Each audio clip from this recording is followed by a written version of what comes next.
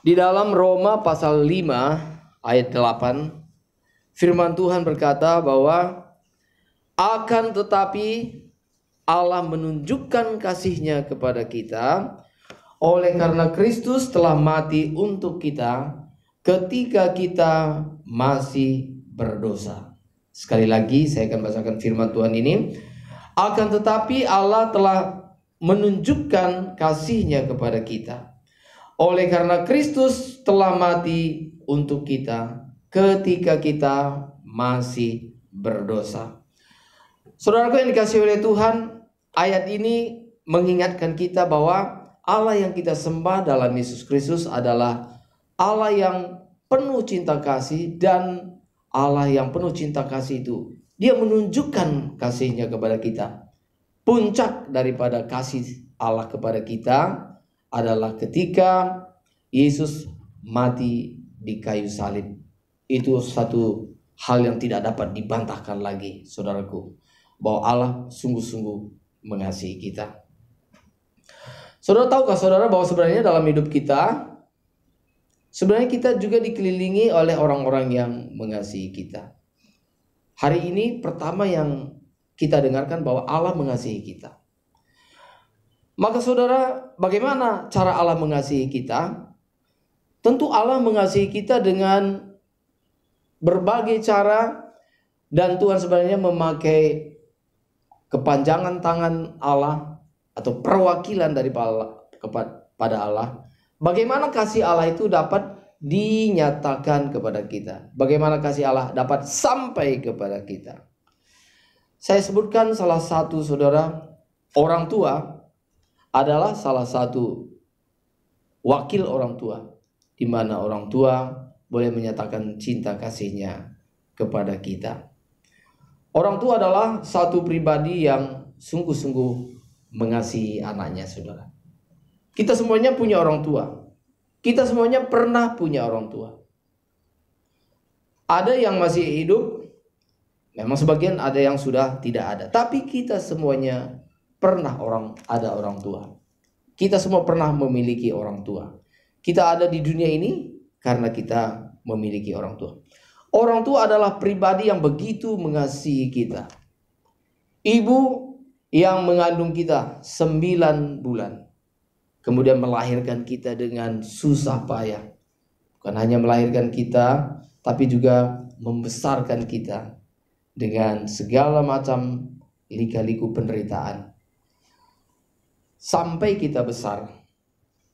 Dalam hal ini sungguh jasa orang tua kita tidak dapat abaikan. Saudara, orang tua begitu mengasihi kita. Orang tua begitu mencintai kita. Orang tua begitu mencintai kita. Tapi seringkali anak lupa bahwa orang tua telah begitu mengasihi anak-anaknya. Seringkali anak-anak lupa. Sampai suatu ketika saudara menjadi orang tua, baru sadar bahwa saudara juga mengalami hal yang sama. Ternyata mungkin anak yang saudara telah lahirkan, telah besarkan, sepertinya lupa kepada saudara. Baru saudara ingat, oh iya, saya juga dulu begitu. Dengan orang tua lupa juga, gitu ya. Tapi sebelum hal itu terjadi, saudara, mari sungguh-sungguh kita belajar bahwa satu hal, mari kita ingat kasih Allah melalui semua sarana yang ada. Orang tua adalah alat di tangan Tuhan untuk menyampaikan cinta kasih-Nya kepada kita. Mengapa saya berbicara tentang kasih ini, saudaraku yang dikasihi oleh Tuhan? Supaya kita menjadi orang-orang yang tahu berterima kasih. Mengapa kita harus menjadi orang yang tahu berterima kasih? Sebab banyak orang yang tidak tahu berterima kasih.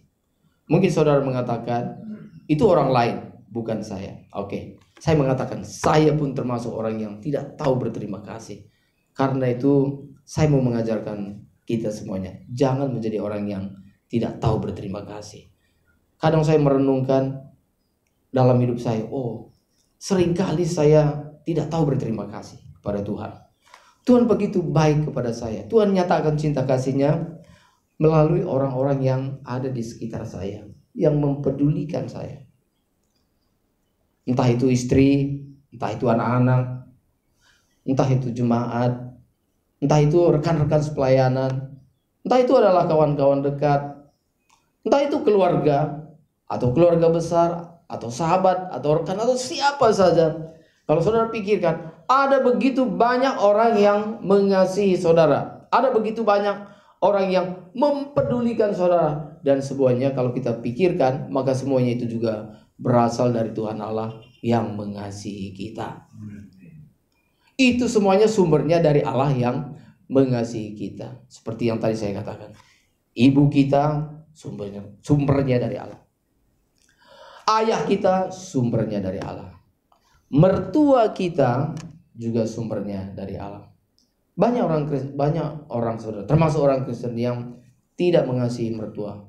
Dianggap mertua itu ini sesuatu yang menghalangi mereka, dan seringkali mereka menganggap bahwa ini mertua ini hanya merugikan saja. Nah saudara, Bapak rohani kita Erastus beberapa waktu yang lalu, kita juga dikuatkan, ditegurkan. Beliau mengatakan dengan tegas, siapa yang tidak mengasihi mertuanya, yang tidak menganggap mertuanya seperti orang tuanya sendiri, itu satu kejahatan. Itu kejahatan saudara. Saudara kalau masih punya mertua, puji Tuhan, itu satu kejahatan. Beliau dengan tegas mengatakan, yang tidak mengasihi mertua, yang memperlakukan mertua berbeda dengan orang tua, itu kejahatan. Ingat saudara, itu kejahatan. Kita harus sampai melihat bahwa mertua ini juga adalah kepanjangan tangan Tuhan yang mengasihi kita. Kalau saya bisa bercerita saudara, saya mengatakan saya salah satu orang yang beruntung punya mertua. Ya. Terlalu banyak kalau saya ceritakan, termasuk kami bisa punya rumah dan pertolongan mertua, perhatian mertua saya, walaupun yang ada saat itu adalah mertua perempuan saja, karena mertua laki-laki saya waktu saya menikah juga sudah tidak ada. Wah, luar biasa. Cinta kasihnya, perhatiannya terlalu banyak kalau saya utarakan. Kesimpulannya, saya beruntung punya mertua yang baik. Saya beruntung punya mertua yang memperhatikan saya. Dan saya sungguh-sungguh melihat dia sebagai orang tua saya sendiri. Nah, saudaraku yang dikasihi oleh Tuhan, kita tidak boleh tidak menghormati orang mertua, saudara. Orang tua harus kita perhatikan, harus kita hormati. Demikian juga mertua. Mertua juga harus kita perhatikan, kita harus cintai sebagaimana kita mencintai orang tua kita. Bahkan saudara harus lebih lagi, sebab Tuhan mengajarkan kita mengasihi sesama manusia. Maka sesama manusia yang paling dekat dengan kita adalah orang-orang yang Tuhan taruh di sekitar kita. Nah, itu orang tua kita tadi, keluarga kita. Itu semua yang harus kita kasihi. Tidak ada cara lain, saudara. Daripada kita membenci mereka, udah nggak ada cara lain selain daripada ya udah kita mencintai mereka saja. Tapi nggak semua menyenangkan. Kalau kita jujur nih, kan nggak semua juga keluarga kita menyenangkan. Ada yang menyenangkan, ada yang perhatian, ada yang peduli pada. Tapi ada juga yang menjengkelkan. Kalau dia diam, ya masih oke. Tapi begitu dia bicara, waduh langsung menyentuh, langsung menusuk, langsung ke bagian sum-sum kita. Kalau dia bicara, misalnya gitu ya. Gimana nih orang seperti ini? Bukankah orang seperti ini lebih baik disingkirkan saja? Ya kalau boleh dia, kalau ada tempat lain ya udah, kalau ada planet lain udah pindah ke sana deh. Nggak usah satu planet dengan dia gitu ya. Saudara yang dikasihi oleh Tuhan, tapi Tuhan menyuruh kita juga untuk menerima orang yang seperti ini, saudara. Ini juga yang tidak boleh kita lalukan. Yang tidak boleh kita, ya udah kalau kita hanya berteman dengan orang-orang yang menyenangkan kita saja, itu namanya bukan orang Kristen. Demikian juga di gereja juga begitu, saudara. Kita nggak boleh misalnya, udah kita masuk gereja kita ini semua yang menyenangkan, harus memenuhi syarat. Ya, ini orangnya bisa diajak makan bersama nggak, tahu selera kita nggak. Itu namanya bukan gereja, itu namanya arisan. namanya perkumpulan, bukan gereja. Kalau di gereja macam-macam orangnya. Ada yang ya pengenalannya kepada Tuhan, ada yang baru-baru, ada yang sudah mendalam, ya ada yang memang belum. Nah itu semuanya Tuhan berikan kepada kita. Untuk kita apa saudara? Untuk tempat kita berlatih bagaimana kita harus menerima orang itu apa adanya dia. Amin. Nah begitu saudara yang dikasihi oleh Tuhan. Nah orang-orang di sekitar kita sangat mengasihi kita, memperhatikan kita. Lalu saudara kita memperhatikan kita, orang tua kita memperhatikan kita, mengasihi kita, rela berkorban bagi kita. Saya mengatakan begini saudara, kalau kita tidak memperhatikan orang tua, kalau kita bawaannya jengkel saja pada orang tua, ingatlah bahwa orang tua itu adalah pribadi yang sangat penting dalam hidup saudara. Selagi orang tua kita masih ada, ingatlah bahwa ini orang tua adalah pribadi yang sangat penting. Seringkali orang itu saudara, seringkali baru menyadari betapa berartinya orang tua setelah tidak ada. Setelah tidak ada baru menyadari, waduh berarti sekali ya. Waduh perhatiannya, kasihnya, tapi sudah terlambat. Mengapa? Ya selagi dia masih ada dianggap beban. Tapi begitu udah nggak ada, tinggal kenangannya. Maka yang masih punya orang tua nih, yang masih punya orang tua, yuk kita belajar untuk mengasihi orang tua kita. Dan saya beranjak ke yang lebih, ke level yang lebih tinggi lagi. Maka saya mengatakan begini, kalau orang tua begitu mengasihi kita, tapi Allah lebih lagi mengasihi kita. Amin. Allah dalam Yesus Kristus lebih lagi mengasihi kita. Dan Allah telah menunjukkan kasih-Nya kepada kita dengan kematian anaknya yang tunggal kepada kita. Tidak ada cinta kasih yang lebih besar daripada yang pernah ditunjukkan oleh Allah dalam Yesus Kristus. Tidak pernah ada. Saya berkata kepada saudara, kalau seseorang berbuat baik kepada saudara, saudara pasti tidak akan abaikan orang itu. Saudara pasti akan ingat dia. Nggak usah dulu jauh-jauh. Mungkin saudara misalnya dalam perjalanan di kereta, saudara baru ketemu dengan seseorang gitu ya. Tapi waktu saudara berbicara sepanjang perjalanan itu, dia menunjukkan etiket yang baik. Saudara butuh apapun juga dia tolong saudara. Misalnya, oh ya, ibu cari apa? Misalnya hal-hal yang kecil saja. Oh kalau toilet di sebelah sana, diberitahu. Wah nanti kalau misalnya ini dia pandu misalnya kita dengan tulus gitu ya. Kita akan ingat orang itu. Apalagi misalnya dia menyatakan pertolongannya, perhatiannya, mungkin dia menunjukkan etika yang baik. Kita akan mengatakan ini orang ini, wah kita akan catat nomor teleponnya, HP-nya, WA-nya.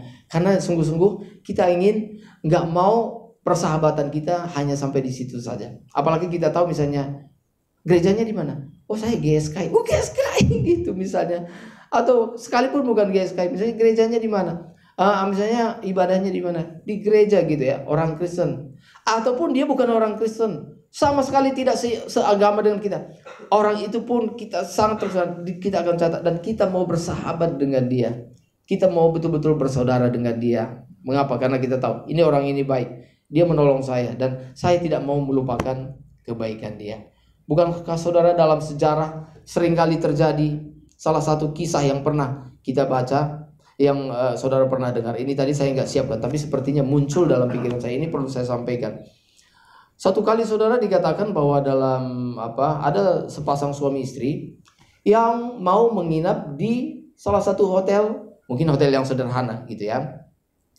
Lalu pelayan-pelayannya mengatakan dia cukup begini, Bu, dia bilang Bapak Ibu maaf, semua kamar sudah penuh. Maaf ya, cari hotel yang lain.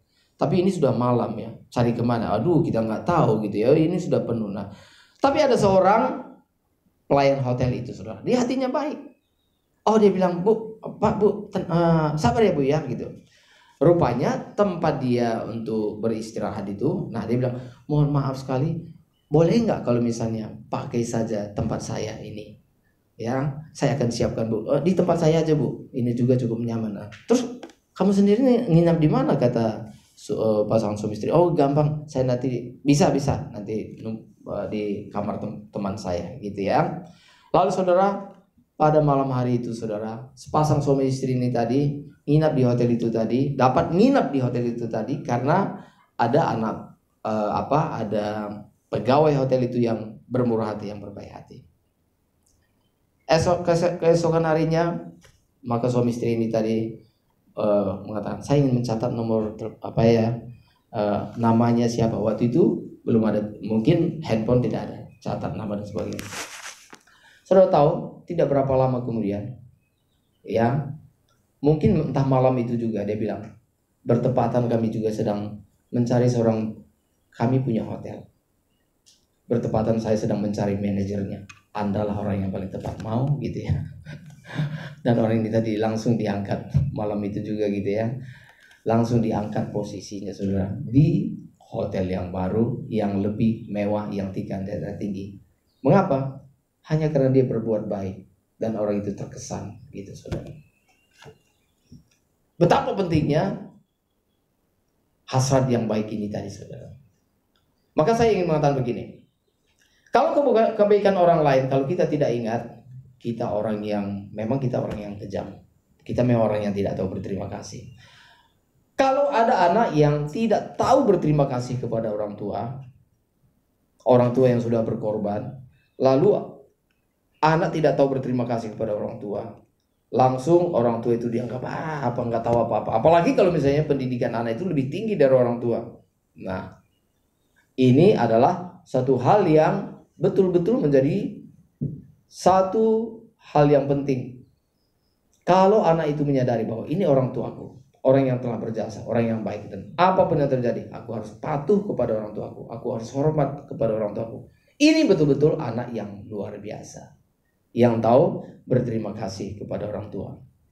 Bukankah kita lihat sekarang ini banyak juga anak-anak yang tidak tahu berterima kasih kepada orang tua, bahkan ada orang yang mendurhaka kepada orang tua.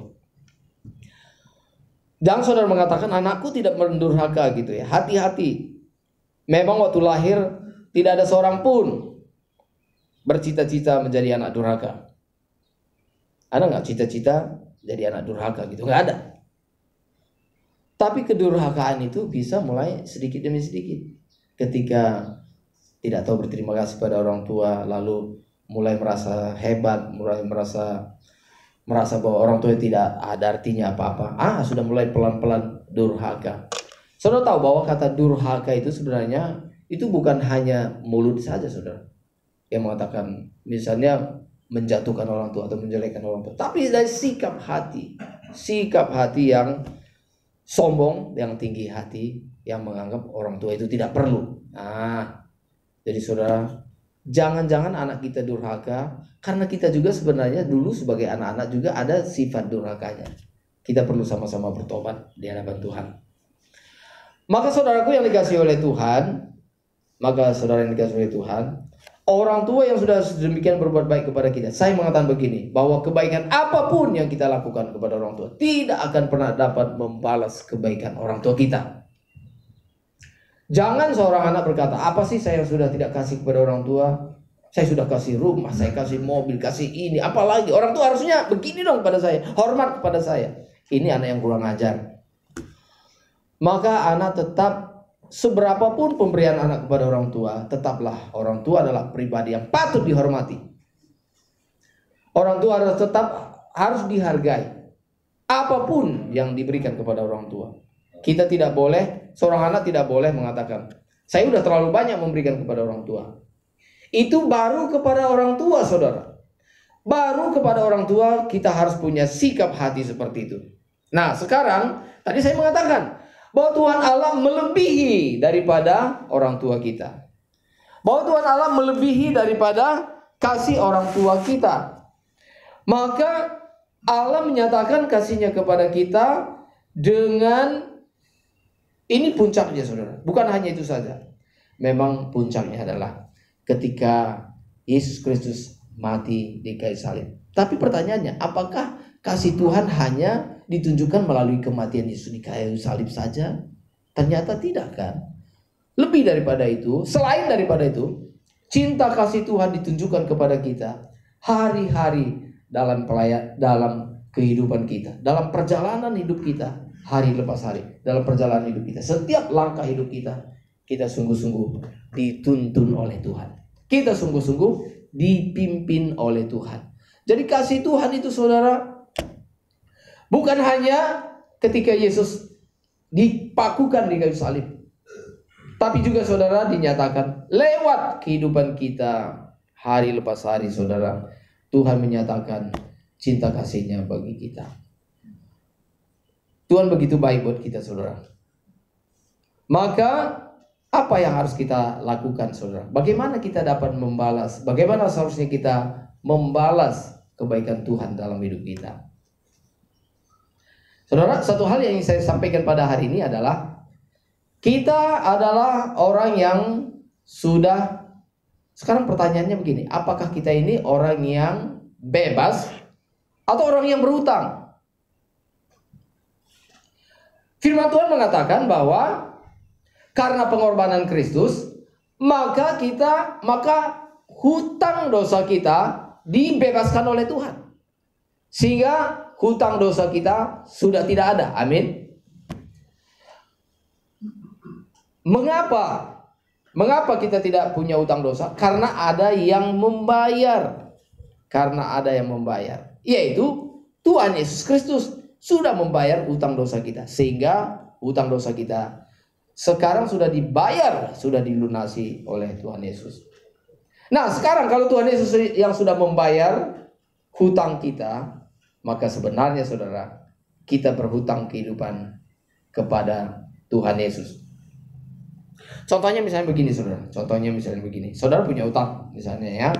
Saudara punya utang kepada seseorang yang kejam, rentenir, berbunga-bunga, gitu ya. Mungkin saudara misalnya pinjam 1 juta kok tiba-tiba kok bisa jadi besar, misalnya udah 10 juta misalnya gitu. Waduh, semakin sulit untuk bayar. Satu kali ada rentenir ini tadi datang, dia kejam gitu ya, debt collector, bayar, dia bilang gitu ya. Waduh, saudara mau melawan dia nggak bisa, badannya besar, kekar, dia bawa senjata lagi. Wah, saudara ketakutan. Tapi entah bagaimana, entah tiba-tiba hal itu rupanya ada yang mendengar gitu, entah siapa gitu ya. Dia orang baik, bukan hanya orang baik, dia orang kaya gitu ya. Dia bilang, ada apa sih kok begini gitu. Lalu diberitahu bahwa orang ini punya utang gitu ya. Lalu orang kaya ini tadi mengatakan, oh berapa sih utangnya gitu ya. Wah, 10 juta. Oh ya udah, kalau gitu udah saya bayar ya. Udah saya bayar. Kalau begitu ini nih, saya ini bertepatan saya bawa uang nih. Saya bawa uang cash 10 juta ya. Udah. Jadi sekarang orang ini sekarang sudah tidak punya utang kepada Anda ya. Utangnya sudah lunas. Kamu sebagai debt collector udah nggak bisa lagi nagih-nagih karena dia sekarang udah nggak punya utang ya, karena sudah dibayar. Oke. Jadi orang ini tadi sudah tidak punya utang kepada yang rentenir tadi. Udah nggak punya. Bebas. Mengapa bebas? Karena ada yang bayar. Bisa nggak misalnya bebas? Aduh, minta maaf saya nggak bisa bayar. Ampuni saya gitu. Diampuni nggak? Ya nggak ada. Tapi karena ada yang membayar, maka orang ini tadi jadi bebas. Nah, sekarang pertanyaannya, setelah orang itu tadi pergi, kan kita sekarang urusannya dengan yang membayar ini tadi. Lalu kita tanya, aduh, berarti saya sekarang gimana dong? Saya sekarang punya utang kepada ibu. Nanti saya bayar ini. Dia bilang, sudah, nggak usah dibayar. Dia dengan tegas mengatakan tidak usah dibayar, gitu. Itu kan lebih jelas daripada tidak usah dipikirkan. Jadi kalau nggak dipikirkan gimana? Ya bayar, gitu. Dia mengatakan sudah, tidak usah dibayar, udah selesai. Ibu juga nggak punya utang kepada saya. Nah, saudaraku yang dikasihi oleh Tuhan, tapi hati kita berhutang kepada ibunya. Ya, hati kita berhutang. Aduh, kita hutang kebaikan kepada orang ini tadi. Aduh, apa yang bisa kita lakukan ya? Apa yang bisa kita lakukan? Nah, itu maksudnya hutang kebaikan. Demikian juga kita dengan Tuhan. Dosa kita sudah dibayar lunas oleh kematian Tuhan Yesus. Jadi hutang dosa kita sudah bebas, sudah dibayar karena darah Kristus.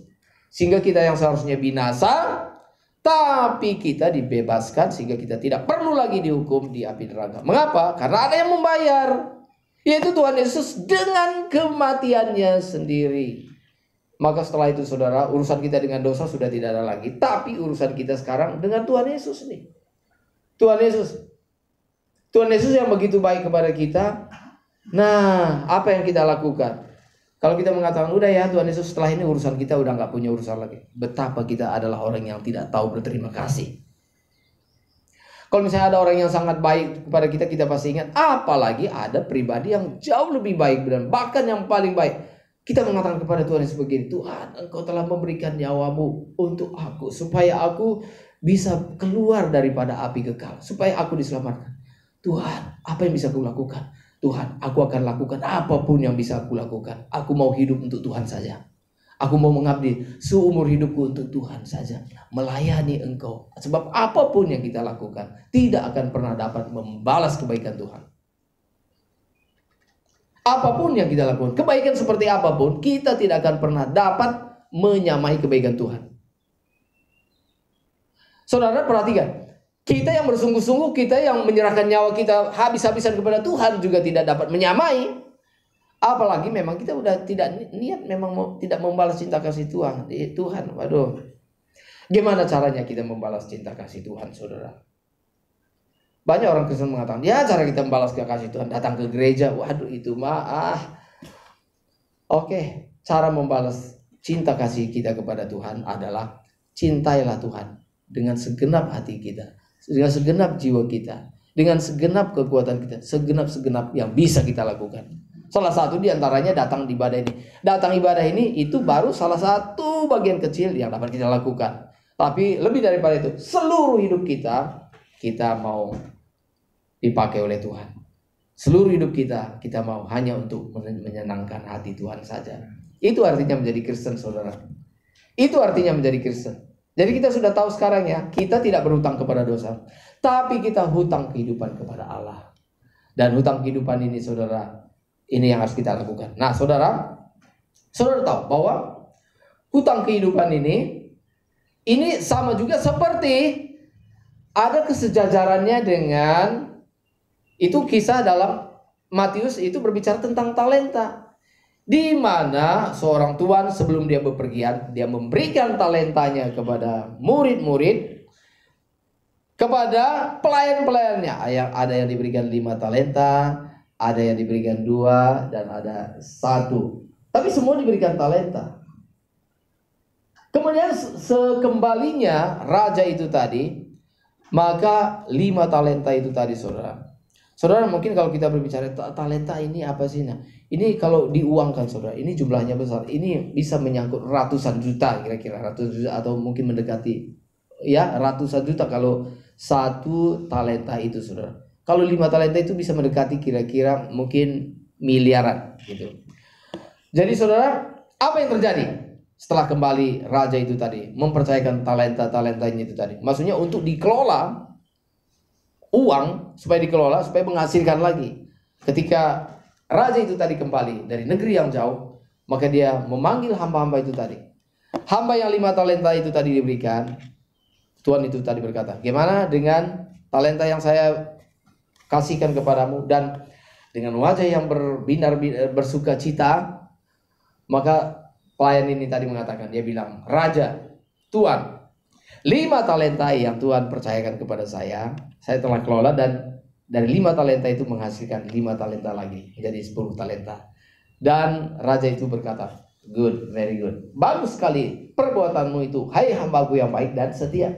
Engkau telah setia dalam perkara yang kecil, dan engkau akan menerima kepercayaan dalam kepercayaan yang lebih besar.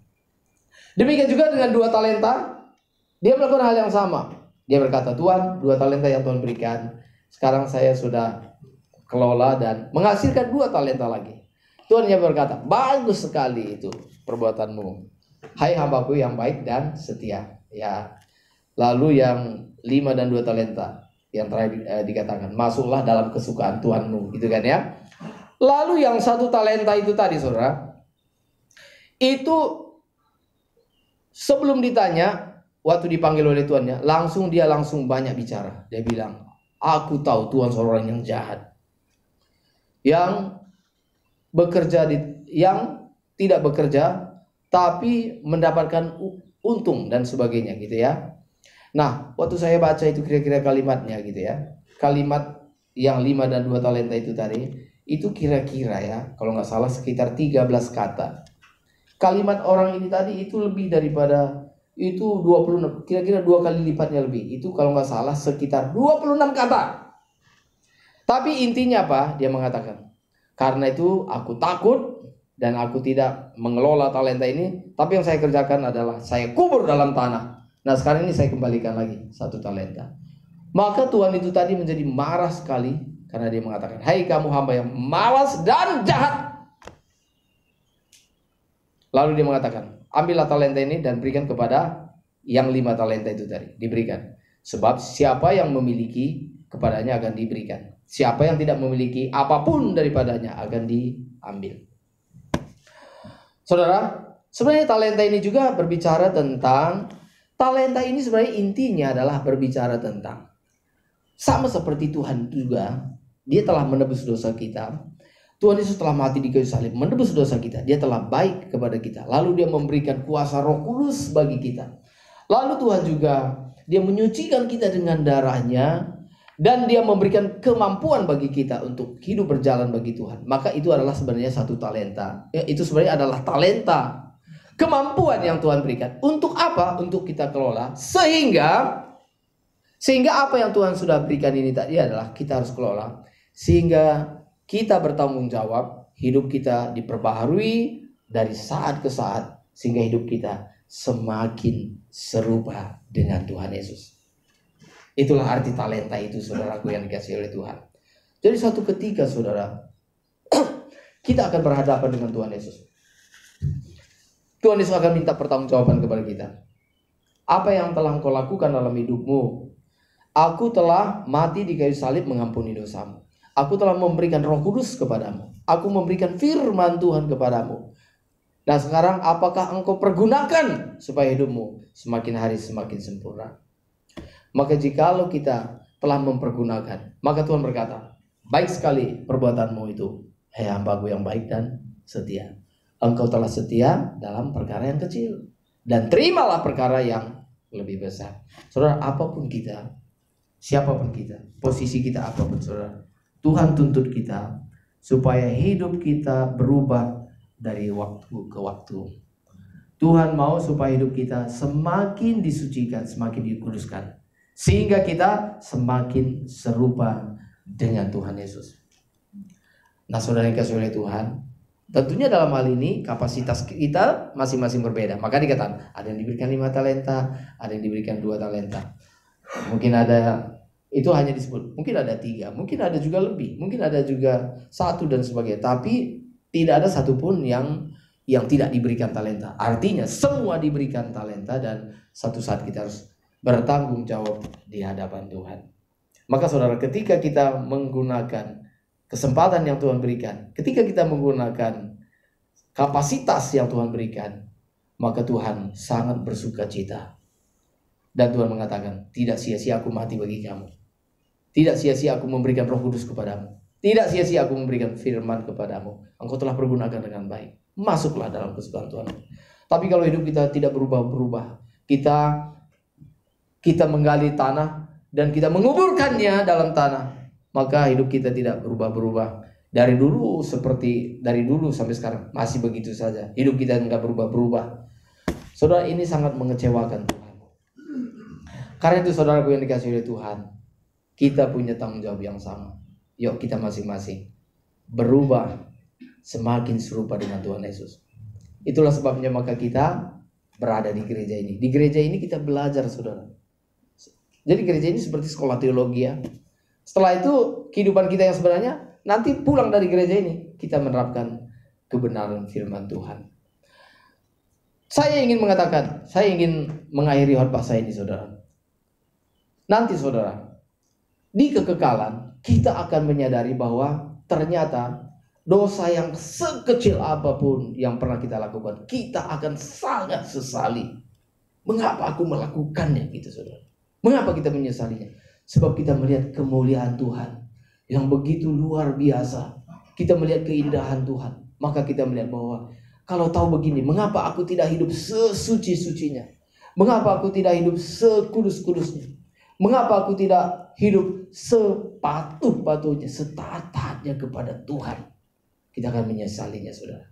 Tapi sebelum hal itu terjadi, marilah kita menyadari bahwa satu hari kita akan berhadapan dengan Tuhan. Mulai dari sekarang kita belajar peka, saudara. kita lebih peka dengan dosa-dosa yang kecil. Jangankan membunuh orang lain, saudara. Kita menyakiti hatinya saja, kita rasa gelisah gitu. Kalau saudara misalnya menyakiti sesama, tapi saudara sulit tidur, itu bagus saudara. Tapi kalau saudara sudah tempeleng orang lalu tidur nyenyak, bahaya. Ini bahaya. Atau saudara sudah bunuh orang lain, sudah tembak, dar bisa tidur nyenyak gitu ya. Itu bahaya sekali saudara. Bahaya sekali orang seperti ini. Tapi jangankan menembak, jangankan membunuh. Baru misalnya rasanya sakit hati gitu ya. Misalnya saudara ngomongnya nadanya sedikit agak meninggi gitu ya. Lalu saudara di rumah membayangkan, lalu mengingat, saya tadi nada saya terlalu tinggi ya. Aduh. Saudara, saya juga mengalami hal begitu saudara. Kalau dulu misalnya kadang-kadang nada saya terlalu tinggi gitu, saya nggak terlalu persoalkan. Tapi sekarang walaupun tidak sempurna saudara, saya sudah mulai memikirkan nada saya, kalau saya tinggi gini, ini sakit hati, ini orang-orang sakit hati itu enggak gitu ya. Jadi termasuk juga misalnya saya bicara di pemuda begitu, saya berbicara lebih hati-hati saudara. Saya nggak sembarangan nada saya tinggi begitu. Kalau nada saya tinggi langsung saya sadar, langsung sepertinya Tuhan berkata, nadanya turunkan 1 ton gitu ya. Kalau tinggi gitu ya, waduh turunkan gitu saudara. Kita sudah semakin peka. Kalau misalnya kita nadanya tiba-tiba tinggi, kalau kita tidak hidup dalam pimpinan Tuhan, kita bisa saja nada kita tinggi, kita nggak sadar. Bahkan kita ingin lebih tinggi lagi. Ada nggak nada yang lebih tinggi lagi gitu? Lalu kita pilih kata-kata yang lebih menyakitkan. Sama seperti suami istri kalau tidak hidup dalam Tuhan.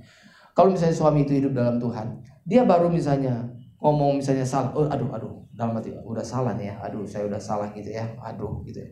Tapi kalau nggak hidup dalam Tuhan, sudah kata-kata tinggi, kalimatnya kotor, cari kata-kata yang lebih tinggi lagi. Kalau ada kata-kata yang lebih jelek dari itu, dipilih gitu ya. Misalnya maaf ya, misalnya kebun binatang keluar monyet, ada nggak yang lebih jelek dari monyet? Dia apa ya gitu? Karena nggak ketemu kan? Ya jadi karena ketemunya monyet, ya udah monyet gitu aja ya. Nah saudara, nggak pernah dikatakan kamu memang gajah gitu, nggak pernah gitu ya. Mungkin gajah itu dianggap wajahnya lebih baik mungkin gitu ya. Tapi itu saudara, kita semakin peka gitu saudara. Dan hidup suci artinya kita seperasaan dengan Tuhan. Kita mencintai apa yang Tuhan cintai, kita benci apa yang Tuhan benci. Itu artinya hidup suci saudara. Tuhan membenci dosa, maka kita pun membenci dosa. Tuhan mencintai jiwa-jiwa, maka kita mencintai jiwa-jiwa. Itu artinya hidup suci. Jadi nanti saudara, kita menjadi orang Kristen ini saudara, kita juga misalnya nimbrung dalam pembicaraan, mungkin tadi kantor, di pekerjaan gitu ya. Lihat teman kita itu ngomong. Kalau mereka memang sedang berbicara untuk hal-hal yang tidak pantas, nggak usah nimbrung. Jangan bisa saya nimbrung biar tambah rame gitu ya. Akhirnya gimana saudara? Tambah rame. Kita merasa hebat ya. Bapak rupanya bisa ini ya, hebat ya gitu. Nah, saya pun dalam hal itu kadang-kadang saudara, saya harus betul-betul hati-hati gitu ya. Saya tahu, saya sebenarnya berbakat kalau bikin rame itu, saya sedikit punya bakat juga gitu ya. Tapi kadang-kadang kalau saya nimbrung sini manfaatnya, kadang-kadang akhirnya nanti kita jadi terpleset. Ya udah nggak usah nimbrung juga nggak apa-apa gitu ya. Ini kalau saya perhatikan ini Pak Robi ini punya bakat nggak nimbrung nih, masih kuat gitu. Daripada ini kelihatan bijaksana gitu ya, maksudnya daripada saya nimbrung sini, ya udah lebih baik diam saja gitu ya. Kalau saya bagus gitu Pak Robi. Ya. Ini Pak Robi ini bukan orang yang sembarang bicara. Bukan berarti yang lain sembarang berbicara. Enggak, ini saya kasih contoh Pak Robi, itu maksud saya. Ya, luar biasa. Pak Robi ini termasuk bicara irit gitu ya. Mahal gitu ya. Setiap katanya itu kalau dibuat argonya mahal gitu ya. Setiap kalimat itu jadi kalau Pak Robi bicara, itu kita harus dengar sekali gitu ya. Maksudnya apa ini gitu ya. Kalimat apa yang mau disampaikan begitu ya. Mahal gitu ya. Setelah itu nanti dia udah nggak bicara lagi. Nah, itu bagus juga. Berarti kalau nggak penting banget nggak usah ngomong. Daripada ngomong gitu boros, akhirnya jadi salah gitu. Ya, saya pun belajar dalam hal ini. Saya pun termasuk orang yang boros bicara. Saya harus lebih hemat lagi. Itu ya Pak Rudi ya. Kita harus lebih hemat, Pak. Saya juga sedang belajar gimana supaya lebih hemat dalam kata-kata gitu. Ya, nggak usah terlalu boros. Kalau khotbah memang harus banyak bicara. Nggak usah misalnya, kalau misalnya khotbah gini ya, saya nggak boleh boros ya. Udah, ibadah mungkin khotbah 3 menit saja karena nggak boleh boros gitu ya. Ya nggak begitu saudara. Kalau ya lagi khotbah ya memang harus banyak bicara, tapi yang kita sampaikan firman Tuhan. Tapi setelah itu ya nggak usah terlalu banyak bicara. Kalau nggak penting banget nggak usah bicara. Lalu kita pikirkan, ini kalimat saya ini kira-kira bikin orang lain dibangun nggak dengan perkataan saya? Kalau dibangun silakan. Tapi kalau orang lain misalnya mungkin sepertinya mungkin tadi jatuhkan gitu, ya udah nggak usah bicara. Nggak usah bicara. Nah, sehingga kita semakin peka dengan suara Tuhan, saudara. Saudara tahu nggak bahwa salah satu kelebihan orang tua, kalau saya perhatikan, orang tua itu saudara itu mereka jarang bicara, jarang. Mungkin di tempat kita ini yang paling tua salah satu adalah Pak Nana gitu. Saudara perhatikan, beliau itu kalau nggak penting banget nggak bicara, ya. Kalau saudara tanya baru dia bicara gitu. Tapi kalau misalnya untuk boros bicara nggak. Sebab orang tua itu udah berpikir apakah kalimat yang saya sampaikan ini berguna atau tidak. Kalau tidak, ya udah diam saja. Begitu kan ya Pak Nana ya, kira-kira gitu ya. Ya Pak Nana begitu saya perhatikan. Bahkan maka sedangkan orang-orang muda itu biasanya banyak ngomong, wah apa gitu ya. Maka orang tua itu ya wajahnya itu boleh katakan mungkin kulitnya keriput ya. Tapi di balik kulit keriput itu tadi itu ada satu bijak. Bijaknya datang dari sana, dari sorga. Nah, sedangkan orang muda itu kulitnya masih mulus, licin. Bijaknya bukan dari sana, dari sini, bijak sini. Makanya masih goblok, masih perlu banyak belajar. Tapi kadang-kadang merasa pintar. Itu orang muda. Maka sebenarnya orang tua itu saudara tahu nggak? Kadang-kadang begini. Kadang-kadang banyak orang muda berpikir bahwa orang tua ini nggak tahu apa-apa gitu. Tapi hal-hal tertentu, wah orang tua lebih tahu. Ya anak muda kadang-kadang nggak tahu gitu. Nah salah satu yang saya ingat dari almarhum ibu saya, dia berkata begini, saya senang dengan kamu katanya. Karena sebelum kamu menikah, kamu tanya dulu saya siapa calonnya. Ya saya memang waktu itu, kalau saya dengan ini bagaimana kira-kira Mak? Kalau saya berteman, Mama setuju nggak? Oh dia bilang yang mana saja gitu ya. Rupanya waktu saya sampaikan itu membekas bagi dia, bahwa bagi dia anakku sebelum menikah dia tanya saya dulu gitu. Itu lebih baik daripada misalnya Ma ini calon saya ya. Wah ini paling the best nih ya, saya lihat nih, saya pintar memilih kan gitu ya, bukan seperti orang dulu gitu ya. Waduh, nanti kita juga mau anak-anak kita itu sebelum mungkin waktu mereka pacaran atau sebelum menikah pasti lebih senang kan tanya dulu kan, atau misalnya udah menikah, Ma saya sudah menikah datang ke sini gitu ya. Ini apa ini gitu, atau Papa saya udah menikah nih, atau misalnya Pak sini datang sini, saya kenalin dengan cowok saya ganteng gitu ya, orang hebat, banyak duit gitu ya. Waduh, ini pasti nggak beres. Maka yang baik adalah anak itu tanya orang tua, Pak, gimana kalau saya ini? Nah, begitu saudara, amin. Halo anak-anak muda, begitu ya. Tanya dulu orang tua, gitu Arya ya. Kamu orang tua walaupun ini tanya, dan orang tua kamu kan banyak. Selain daripada di Lampung, di Mahkota Mas juga ada orang tua di situ, tanya, banyak belajar. Kiranya firman Tuhan ini boleh menjadi berkat bagi kita semuanya. Amin. Amin.